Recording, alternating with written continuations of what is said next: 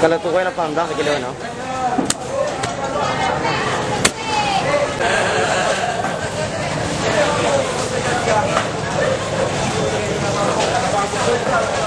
Ada 17.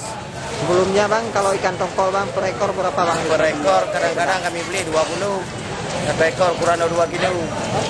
Kalau sekarang udah ada di Mangang ada tentu, ada harga 35, ada 30, macam-macam. Semenjak kapan bang mulai meningkat harga ikan? Berarti 2011 dulu, hampir 2 tahun.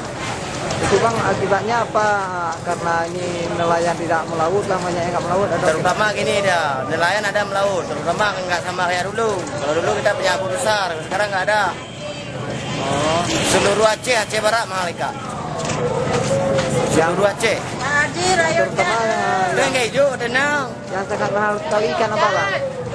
Itulah sisi kalau di Aceh Barat andalan. Kalau ikan gebung 35.